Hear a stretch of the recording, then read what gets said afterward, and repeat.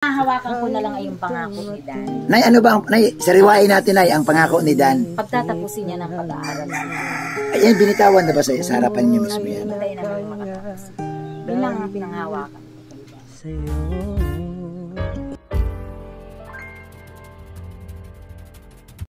Dito kami sa bahay ni Nanay Imelda. Nay, bro, ngayong araw, bukas pala, January 16. Oo. Wala kang naalala. Mayroon! Mansari! Uy, ano, Nay? Oo. Mansari! Uy, alam na. Happy Mansari! Ayan. Basta kada 16, katatapusan ng buwan 16. Ayan ay Mansa rin, siyempre, ng ating Danjoy. Patuloy po siya support. Ayan, grabe. Ang Danjoy. Nay, Nay, pang-anim na buwan na. Kasi nagsimula July eh. So, 6 months rin na. Ha? Hindi ko tanda. Pang 7 na ata. Hindi. 6 Mansari pa lang. Alam ko. Hindi kasi nagsimula ng July. July, August, September, October, November, December, January. Oh, pa-anim. So, 6. Paanim. Ayan. So, 6 na buwan na lang din kulang. Mag-isang taon na. Mag-isang taon na ang Danjoy. Grabe. Sunod yan, anniversary. Oh, anniversary na. Oo. Bro, anong ma-advise mo kay Joy, bro? Dahil nga si Joy ngayon, bro, mukhang tuloy-tuloy yung pag-aaral, tuloy-tuloy yung suporta ng sponsor. Ang laging advice ko lang, wala naman lagi akong ibang sinasabi, kundi ang pagbutihin ng pag-aaral, maging manatili, maging mabait, at una sa lahat kung ano siya nakilala noon, ganun pa rin siya hanggang sa makatapos. At maging mabait siya, unang-una siyempre sa ating mga Panginoon Diyos, kay Ama, kay Ala, at siyempre kay Kuya Bal, at kay Ate sa kay Kalinga Prab. Yun talaga. Maging mabait lagi siya. Si Nanay naman, Nay, anong message mo kay Joy, Nay? Ang message ko lang sa anak ko ay patuloy niya yung pag-aaral. Pero Nay, ikaw, Nay, binubuking mo si Joy, ha? Binubuking mo si Joy doon kay Lingap Dan. Sabi ni Dan, bro, binubuking na Nay si Joy. Nasa kanya naman. Sabi ko, alam mo ba, sinusubukan ka ni Nanay kung natalikod ka. O yun. Ganon yun, Juan. Ganon yun. Nanunubok ang mga magulang. Kung hindi niya tanggap, pwede wala. Diba? O. Tama yun. Ha? Kaya ang pagsubok sa akin, tanggapin ko man. Bro, hindi. May sinasabi yung kaibigan mo. Kahit ano, sabi niya kahit ano pagsubok na tanggap niya. Bakit may mga dumaan papasubok sa iyo? Dami. Dami. Dami ba? Dami. Kailangan maging matapang ka. Ayan, maging matibay din. Aba, parang pinaparinggan mo si Nanay Imelda. Kasi kayo si nanay, tinan mo. Buong buwan loob niya matapang. Oh, Matapang sa pagmamahal. Hanggang sa natanggap nila yung blessings mo. Di ba? Ayan, Nay, di ba Nay, nung sa vlog mo kay Kalingap Dan, parang parang tanggap mo na Nay na pwede na si Joy ligawan. Ano Nay, anong naisip mo doon? Hindi ka ba Nay nag-alala? Napakapit Ay di naman, para sa akin naman, okay namang maging sila o kung sa ng anak ko. Basta yung pag-aaral, wag pabayaan. Tsaka salamat na lang din sa pagmamahal din kay Joy at sana ingatan niya si Joy hanggat hindi na. Naku Nay, wala kayong birthday ni Rabay? Hindi siya nakapunta. Naku Nay, nung birthday ni Rabay, pagdating pa lang doon sa birthday, si Kalingap Dan ang kasakasabi. Ba nakita natin? Pag hanggat sa loob na, hindi talaga ni Kalingap Dan iniiwanan si Joy. Talagang pinakikita doon ni Dan na lagi siya nakaalalay kay Joy. Yes, yung support. Yung suporta talaga ni Dan. At kay Kalinga Prab, yung pagmamahal kayo. Nay, balikan ko lang Nay konti Nay ha. Ano kaya si Nanay Imelda ngayon kung hindi kayo Nay natagpuan ng Team Kalingap Nay? Ay siguro siguro ko sa ano lang Nay, sa hiwa-hiwalay kami. Ha? Hiwa-hiwalay kami mag-iina. Bakit Nay? Ba kung anong swerte, kaming dalawa ni Joy nagtatrabaho na, yung bunso ko na lang ang nag-aaral. Hindi ba Nay, kasi Nay, sinabi mo doon sa mga vlog noon Nay, sabi mo na kahit anong mangyari hindi ko payagan na ang anak ko malayo baga. Oo. Pero naisip mo na yun na magkatrabaho talaga kayo. Kung sakaling... Di ba yun naman ang namin, kung hindi kami nasumpungan, talagang magtatrabaho muna yung anak ko. Si Joy. Papatapusin muna niya ng grade 12 si Bunso, saka siya mapasok. Malaking pasasalamat namin at natagpuan kami ni Kuya Andy. Ito yung salarin, ito yung bro. Kaya hindi kasi Ha? Nasisi ka. Sinisi ka ni Juan. Ano masabi mo kay Juan? Ang totoo talaga niyan, ganito. Yung tulad na sinabi ko na sa paapat na punta ko talaga noon, kung matagpuan ko man kay hindi, susuko na ako. Bakit bro? Hindi kasi, wala na, paapat na balik ko na eh. Ngayon sa paapat, sadyang inadyan ng ating mga Panginoon Diyos, na sila matagpo. Nung una bro, unang punta mo, ano ba nangyari? Wala talaga. Ito to bro, para lang din sa kalaman ng mga bagong supporter ni Joy, lalo na sa lab team nila. Ano bang nangyari nung unang punta? Hindi, ganito yun. Unang punta ko dyan, bagong nasa diet ako noon. Nagdiri ako dito, tricycle ang dala ko, ulang-ulanan. Punta ako dito. Nakita pansin ko yung bahay nila noon. Ako, titigil ako dito. Wala akong mapagtanungan. Ngayon na nangyari, ako may tao dito nakatira kasi may damit. Na nakasampay lagi yan. No? Di wala, hindi ko natagpuan si nanay. Umalis na ulit ako. Balik ulit ako ng daig noon. Sa ano pa ako natutulog doon? Sa Pilipi pa. Ngayon, nung dito na kami sa ginawang landing pad na itong ano, bahay nyo ngayon? Bahay, oo. Bumalik ka ulit? Binagang uli. Wala na naman? Wala pa rin. Ako, hindi ko lang talagang tao matagpuan. Pero laging may sinampay na damit. Naisa naman kayo nung time na yun, Nay? Hindi. Yung mga anak ko, andun lang sa loob ng bahay. Ako naman nasa Nyugan. Siguro hindi nalabas. So ibig sabihin, ikaw, Nay, wala ka man talaga sa bahay? Wala, nasa bundok. Nagtatrabaho ka? Araw-araw yan nasa bundok ako. Tapos itong mga anak ko, nasa loob lang sila. Pag walang pasok, nasa loob lang yan ng bahay. Hindi man naglalayas yan. Nay, nung time na yun, Nay, na umalis ka sa bahay mo, na naiwan yung mga anak mo doon, ano iniisip mo, Nay? Ano iniisip mo habang... Wala, basta bago ako umalis, nasabi na ako sa kanila, nak, mag-asikaso na kayo para pagdating ko, may pagkain na tayo. Talagang bundok ako noon. Grabe ang buhay mo na yun, no? Oo, nabundok ako. So, Nay, pasan-pasan mo yung mga nyug? Oo. Hindi ka ba, Nay, hindi mo ba inisip na sukuan ko ito para napapagod na ako? Ako noon, di maghahanap ako ng nyug. Pag nakahanap na ako, nasa bundok, pagbaba ko uli ng kinaumagahan, kasama ko na yung mga anak ko. Tulong-tulong na kami maghakot, paakyat sa kalsada. Tulong-tulong na kami. Diyan ko nagbabagyo, nag-uulan, basta't nasa bundok kami. Pag naman nagbabagyo, pagkatapos ng bagyo, malakas ang tubig sa sapa. Doon naman kami nag-aabang ng mga nyug. Kabisado pala. Ni nanay kung saan pwedeng... Oo, doon kami nag-aabang. Kaya ramdam ko yung naramdaman ni nanay that time. Sobrang hirap. Pero Nay, hindi kayo sumuko, Nay, no? Ay, kasi ang ano ko makatapos yung mga. Kumbaga, Nay, ano nagtulak sa inyo na ganun kalakas ang inyong loob? Yung ganun yung determinasyon, yung mindset nyo baga na, ay hindi, makakatapos ng mga anak ko. Inisip ko, ayaw kong mapagaya sila sa akin na wala akong pinag-aralan. Kaya sila ang sinisip ko kung makatapos. So, sa madaling sabi, Nay, ayaw mo mangyari sa kanila yung nangyari sa iyo. So, Bro Andy, that time pala, si nanay pala, lagi na sa bundok. Oo. Yun, tuloy natin, no. Pantatlo kong punta, no. Wala pa rin. Pero lagi may sinampay. Ngayon, ang nangyari sa pang-apat, punta ko dyan sa bundok na yan. Akyat yan. First time ko makyat sa bundok na yan. Anong ginawa mo doon? Nag-scout. Diyan sa bundok na yan, naulan-ulan din noon. Bumaba ako. Ako balikan ko nga itong bahay doon na. Balikan ko, bahay na yan. Kasama ko noon si Jen Rivera, John Graho. Kasama ko noon. Tama-tama, nakausap ko yung dito. Ano sabi? Si Kagawad. Kagawad, may tao baka ako doon sa wasak na bahay doon. Mayroon ika. Kagawad, samahan niyo po ako, punta natin. Inchakto nandun nga si Nanay Milda. Paapat, sabi ko sa paapat na ito punta ko, ay tusok ko na talaga ako kasi laging walang tao. Doon sa paapat doon ko sinatagpuan. Grabe, no? Ibig sabihin lang talaga, Nay, sulit yung pagtulong kasi yung hirap ng scouter mo, yung pang nakapabalik-balik siya. Pero kasi kung naisip ko lang, Nay, no, na paano pala kung si Nanay Emilia hindi nga natagpuan ni Kuya Andy? Ano si Nanay Emilia ngayon? Diba yung tanong ko nga sa inyo kanina na, di ba, hirap din siguro, Nay, kasi ikaw lang mag-isa, wala ka mang katuwang din. 15 years yun. 15 years. Ganun? Pero nakaya namin. Napapasalamat ako sa 15 years na yun ay hindi mo nagkasakit ang mga anak ko. Kahit nagtitis kami, grabing hirap namin. Nay, ito, Nay, bigyan mo ako, Nay, ng mga isang sitwasyon, Nay, na yung hindi mo makalimutan na yung hirap na pinagdaanan mo, Nay, kasama mga anak mo. Ano yun, Nay? Kung mayroon na.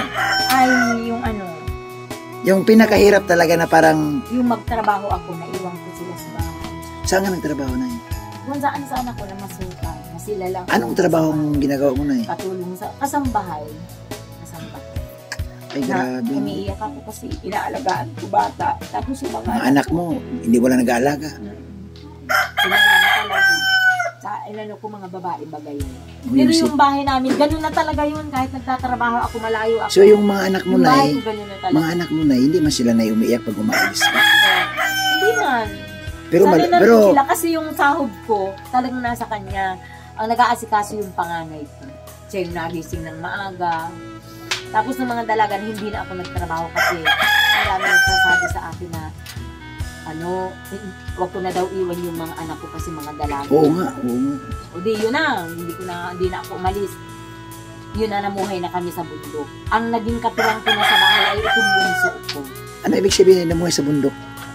Nabundok na kami.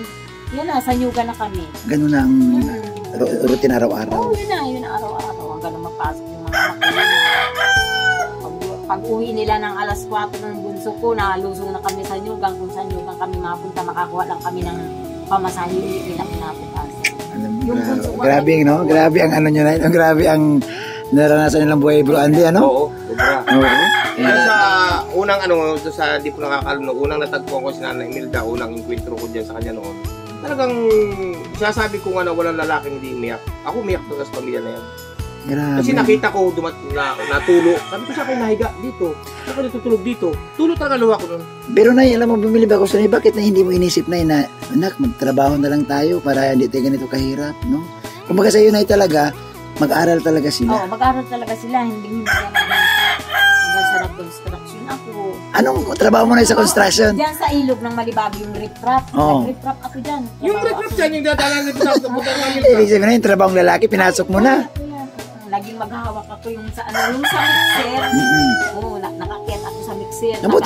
Mabuti na, tinatanggap ka man. At babae ka. Ilang ang araw. Ay, grabe. Kuya Bobby, lahat ng blessings na tanggapin na ngayon, I deserve nila. Oo. Deserve na kailangan. So, Nay, message Nay doon sa mga kababayan natin, Nay, na dumaranas din ng paghihirap, Nay, na kung minsan parang ayaw ko na, so, di-depress. Anong message mo, Nay? Ay, laban lang sa buhay. Hindi naman sila bibigyan ng Panginoon Diyos ng pagsubok na hindi nila kakayanin. Tama. Katulad din sa inyo, Nay, no? Tama. Ayun, laban lang sa buhay. Yan, Bro Andy, noong na-scout mo si Nanay Imelda, anong nakita mo sa kanya, bro? Sa pagkatao niya, bro? Talagang matatag, no? Bukod sa matatag, mabait ang pamilya ngayon. Taliwas doon siya sinasabi ng iba na hindi raw maganda ugali, nagkakamali sila kasi... Paano naman nila, Bro Andy, paano naman masabi? Taga dito ba sila? Ay, yun nga meron kasi... Ako naman, Bro Andy, hindi ko na yan pinapansin. Kasi sabi ko, common sense na lang, wala ka dito. Paano mo nasabi? Nagigigil ako. Ha? Nagigigil. O bakit parang ilong mo lumalaki? Sorry.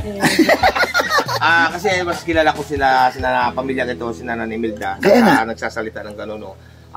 Para sa akin talaga, nakilala ko talaga sila na may paggalang at mabait sa kapwa. Ayun. Yan talaga. Tsaka yung makajus kasi sila, bro. Ang tao, bro, kapag nakadikit sa'yo si Lord, talaga makita mo yung yung maging papakumbaba at maawain din sa kapwa. Tama yan. Tama. Ay, biro mo nga nung bumagyo ng malakas, sila nga nagantay pa dito sa bahay. Kung nagantay talaga sila dito nang pupunta sa kanila. Diyan sa loob. Bakit na? na? Oo. Hindi kami natulog dyan. Nandito kami. Dito, nag-aantay sila ng Hihintay kami ng papasok. mag-evacuate. Para papasukin. Ito ibig sabihin, itong bahay na ito, buksan. Para sa mga papasok. Oo, nakakabit lang kami dito ng pumot. Ay, grabe, oh. Kami natulog dyan, O, kita nyo lang yan? Kung kami nasa loob at sarado ang pinto namin, ay kumatok man sa amin, hindi namin maririnig. Oo, ma. Kaya nandito kami talaga, dito kami natulog sa labas. May kasilong po, ano? Oo, kasi ang inisip namin, yung taga-matulog, baga doon lang, baga sila inaalis. Kaya sabi namin, pag may dumating sa amin, manang nandito kami. So, Nay, ang ganda ng kwento ni Nanay. Nay, ano na lang, message mo na lang kay Joy, Nay, na nasa diet nag-aaral ngayon. At siyempre, hinahatid sundo ni Dan. Kaya ang ano ko na lang sa kanya yung pag-aaral niya, tapusin niya ang pag-aaral niya. Wala mang, hindi ka man ay umahad lang pag lumalabas sila si Joy. Ay, dala naman na. May isip naman na sila. Oo. Alam na nila yung tama. Alam mo, bro, si Nanay Imelda, bro, napaka maunawain, bro, sa mga ganitong sitwasyon. Malawak ko pang unawa. Hindi ba kagaya sa iba na hindi pwede. Malawak ang pangunawa ni Nanay at saka yung tiwala. Tiwala ni Nanay. Siyempre, galing. Siyempre, si Scouter. Bro, message mo kay Joy, bro. At siyempre, malayo sa kay Nanay Imelda. Yun lagi, mag-iingat, laging mag-iingat. At una sa lahat, manalig sa ating mga Panginoon ng Diyos. At higit sa lahat, pagputihin na pag-aaral. Siyempre, message mo si Kalingap Dan. Ay, siyempre si Kalingap Dan, huwag pababayaan si Joy, diba? Yan. Alam na yan yan. Alam na ni Kalingap Dan yan. Alam niya, shout out sa nila. Ayan. Pinanghahawakan ko na lang ay yung pangako ni Dan. Nay, ano ba, Nay, sariwain natin, Nay, ang pangako ni Dan. Pagtatapusin niya ng pag-aaral siya. Ayan, binitawan na ba sa harapan niyo mismo yan? Hintay naman yung makatapos. Yun lang ang pinanghawakan. Anong masabi mo sa pinanganawakan ni nanay? Napaka-gentleman Boss Dan. Kasi, kumbaga, yun yung lalaki na may respeto. May respeto sa ginugusto niya at sa magulang. Saka bilib ako kay nanay bro, yung tiwala ni nanay kay Dan. Salamat naman sa inyo. Salamat naman. Ako, Nay, salamat talaga, Nay, ha? At Nay, salamat sa pagpatuloy dito sa bahay mo. At isa ito sa kandidato na mukhang makakakuha to ng award, bro. Si Mikondo, oh. Ayan guys, oh. Kita nyo yung bahay ni nanay, oh. Ayan, so talagang malinis. Nanatiling malinis. Ayan. Bro, salamat bro, ha? Thank you very much. Salamat bro sa pagtyaga mo din, ha? Balik-balikan sila si nanay. Hanggang ngayon baga. Oo nga. Hanggang ngayon. Ano, hindi ka, napanood ko yung pinaprank ko si nanay, bro. Muntik na ma-high blood, oh. Sabi ko si bro, anti gawan ko to reaction itong Bro, pinalang pa naman si nanay. Nanay, ayaw ko nanay, tigilan ko. Si nanay tuloy, nag-ibang tsura ni nanay. Kasi ganito yan, prank ko si nanay. Prank na may patama. Oo. Kasi ako pa naman pinagbabawalan baga naman ako i-vlog daw si nanay. Anong babat bawal? Pinagbabawalan. Sino may sabi? Ay, mayroon lang. Tapos tabi-tabi lang yan. Hindi guys, sa totoo, ang may karapatan talaga mag-vlog kay nanay, sila si Kalingap Andy kasi ang scouter. Kami, ito, may kaming permiso kay Kuya Andy. Bago kami pumunta dito, sa mga hindi nakakaalam ha, di ba bro, ikaw magsabi, nagsabi ako sa iyo kanina na bro, tama po yan. mag-inspection kami sa bahay ni Nanay Imelda. Tsaka alam ko naman po yan na may mga abiso yan kay Kalingap Rob. Gusto ko lang din kasi palabasin bro, yung respeto baga natin sa mga scouter, wag mawala. Tama yan. So, ang mahalaga doon, may abiso ka na bago ka pumunta, nagsabi ka. So yun to talaga. So kanina dumating kami dito, sa mga viewers na hindi nakakaalam, nagpaalam kami kay Bro Andy. Opo. Nag-text na ako dyan sa kanya. Tama po yun, tama po yun. At saka alam ko naman po yan, dali naman po lagi tayo nakatutok sa live ni Kalingap Rob na may autorisasyon talaga. Kasi ang kagandahan lang kasi nito bro, para din ma-monitor daw ni Rob. Kasi sabi ni Rob, bisitahin nyo ang bahay kasi baka may sira-sira na. Tama yan. Kasi may pabahay si Kuya Val, ibininta. May pabahay si Kuya Val bro na isa, na bininta nung beneficiaries. Kaya sabi ni Kalingap Rob, tama Kuya Bobby, kayo ni Kalampitos, ikutan daw itong 200 plus na pabahay.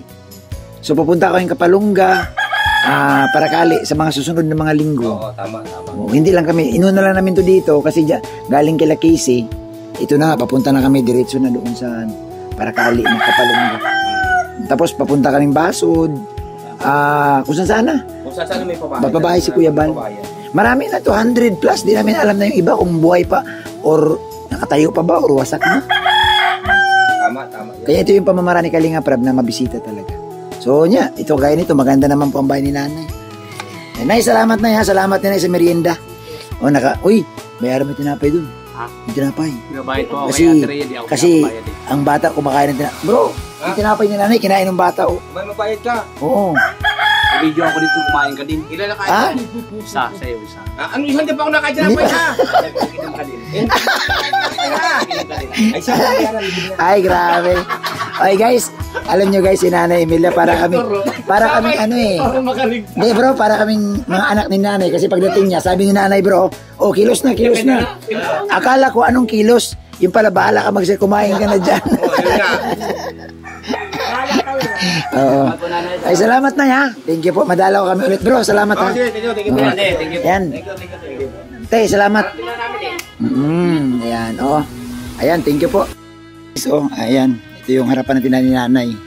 So, may plano si Bro Andy dito na balang araw po mapasimento po ito. No? So, ito po. Maganda po kasi guys, no? Pag yung gilid baga ng bahay, ito baga ito lang, no? Ay, ito at sa yung kabila. Yan. So, ito, masimento po kasi pag ulan kasi. So, pag ulan guys, mabasa ay. So, ito. So, kunting simento lang ito bro. Ilang simento ito bro? Estimate mo? Sige bro. 10. 10, 2 buwang din. Ayan, mapagawa na natin ito. Ayan. Ito at saka ito. So mag-usap kami ni Bro Andy dyan, tutulong tayo dito sa simento. Makakapag-order ka naman ng buhangin dito, no? Ay, order na ako dyan. Ayan. Tapos ko na ng mga materialis. Para naman, kasi ganito pag umuulan, Oo. putik, dapat ito asan ng konti para yung tubig pababa na Ayan. So kasama ito. Grabe ang laki ng bahay nila ni Joy, So guys, kailangan lang talaga dito. Kasi ngayon tagulan talaga eh. Pag tagulan, mahirap magpintura. Basa. Mahirap pati kumapit. Oo. So antayin natin uminit. Sana nga uminit na bro. Gusto ko lang uminit, walang mga halaman. Oo. So salamat po sa inyong lahat. Ayan, paalam na po. Sige po. Bro Andy, nanay, salamat po. Ria, thank you po. So yun guys, silip natin ang bahay ni nanay. Maayos po. Naku, malakundo ang dating ng kanilang loob ng bahay. Yun nga po, ang sa labas lang, basa. No? Pero papagawa din ni Bro Andy, simento. No? Papasiminto din paikot. So maraming salamat po sa lahat. So ito po yung kanilang lugar guys. Oh. Tabing kalsada. Ayan. Medyo ano lang no, kasi kung malakas ang ulan, talagang ulanin talaga. Yung yogan po yan dyan. Oh. So salamat po sa lahat guys. Thank you po sa inyong lahat. God bless.